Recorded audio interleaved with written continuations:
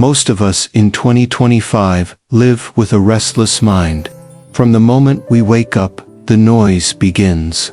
Notifications, unfinished tasks, endless comparisons on social media, worries about the future, and regrets about the past. It feels normal, almost like breathing, but it comes at a cost. Anxiety, burnout, and sleepless nights have become the new normal. Overthinking, once just a word, has now become a lifestyle. And that is where the teachings of Eckhart Tolle, written more than 2 decades ago in The Power of Now, suddenly feel like they were written for today. Imagine sitting in traffic on a Monday morning, surrounded by honking cars, your mind racing with everything you should have done yesterday and everything you fear will happen this week. Your body is in the car, but your mind is everywhere else. You replay that awkward conversation from last night. You picture your boss criticizing you in tomorrow's meeting. You scroll your phone at the red light, filling the silence with more noise.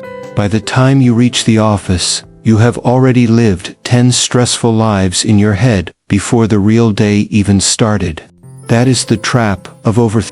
Eckhart Tolle's message is simple but revolutionary. The present moment is the only place where life truly happens. The past exists only as memory. The future exists only as imagination. Yet we spend almost all of our lives living in those shadows, rarely noticing the now.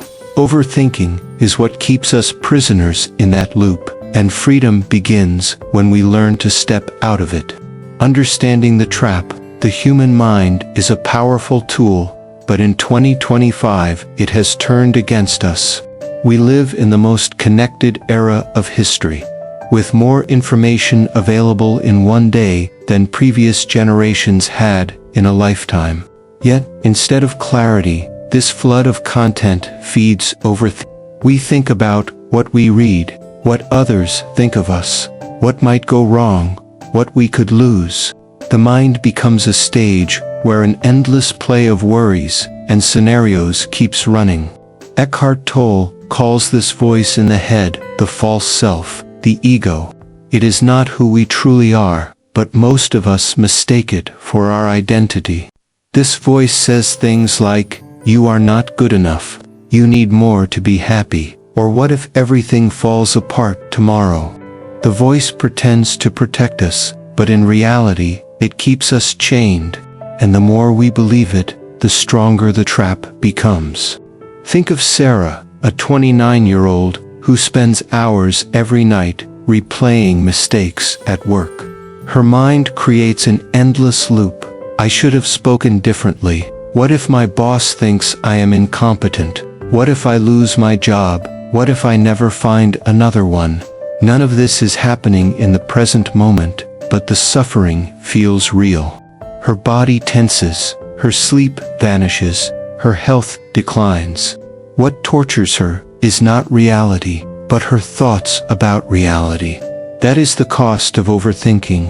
Another example is James, a university student constantly scrolling TikTok and Instagram. He compares himself to influencers, seeing only their curated perfection. His thoughts spiral.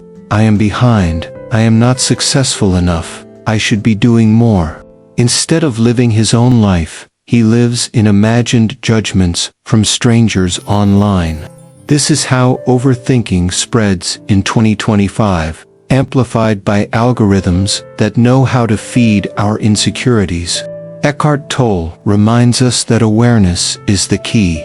When you step back and notice the voice in your head, you create distance. You are not the thought, you are the awareness behind it. This small shift is like opening a window in a dark room. The noise does not disappear overnight, but it begins to lose control over you. Practical ways out of overthinking. Awareness is powerful, but practice is where transformation happens. In 2025, where our attention is constantly hijacked, we need real tools to anchor ourselves in the present. One tool is to pause and ask, where am I right now? If you catch yourself lost in thought, bring your attention back to something immediate. The sensation of your breath entering and leaving, the texture of the chair beneath you, the sound of birds outside, or even the hum of your laptop fan. These details are often invisible when the mind is screaming, but noticing them grounds you in reality. Another practice is to stop fighting your emotions. When you feel anxious or sad, the first instinct is to resist, to label it as bad, to distract yourself. But resistance fuels overthinking. Instead, allow yourself to feel without judgment. Sit with the discomfort and notice it as energy moving through your body. The moment you stop resisting, the storm begins to calm. Technology can also become part of the solution instead of the problem.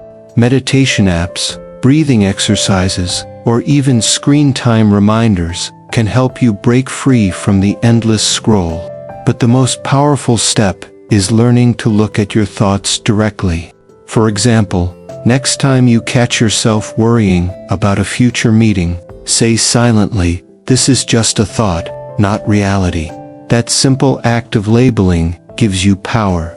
Relationships also transform when we escape overthinking. Imagine listening to a friend without planning your reply in your head, or being with your partner without checking your phone every 5 minutes.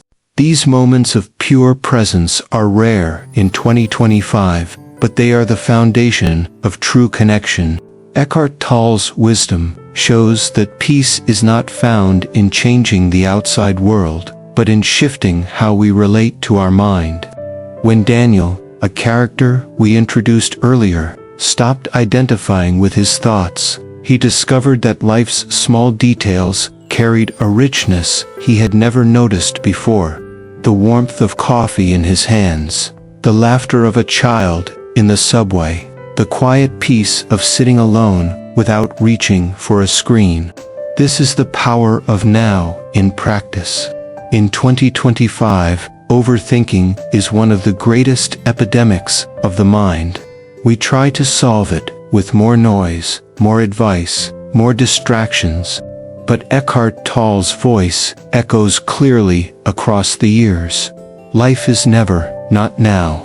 The past cannot be changed, the future has not yet arrived, and the only real place we can ever touch is the present moment. Escaping the trap of overthinking does not mean never planning or never remembering. It means not living there. It means recognizing when the mind is pulling you into endless stories and gently returning home to the now. Every time you do this, you take back a piece of your freedom. So the next time you find yourself lost in thought, pause. Feel the ground under your feet. Notice your breath. Ask yourself, where am I right now? You might find that peace was not something to chase, after all. It was already here, waiting for you, in this very moment. The question is, will you step into it?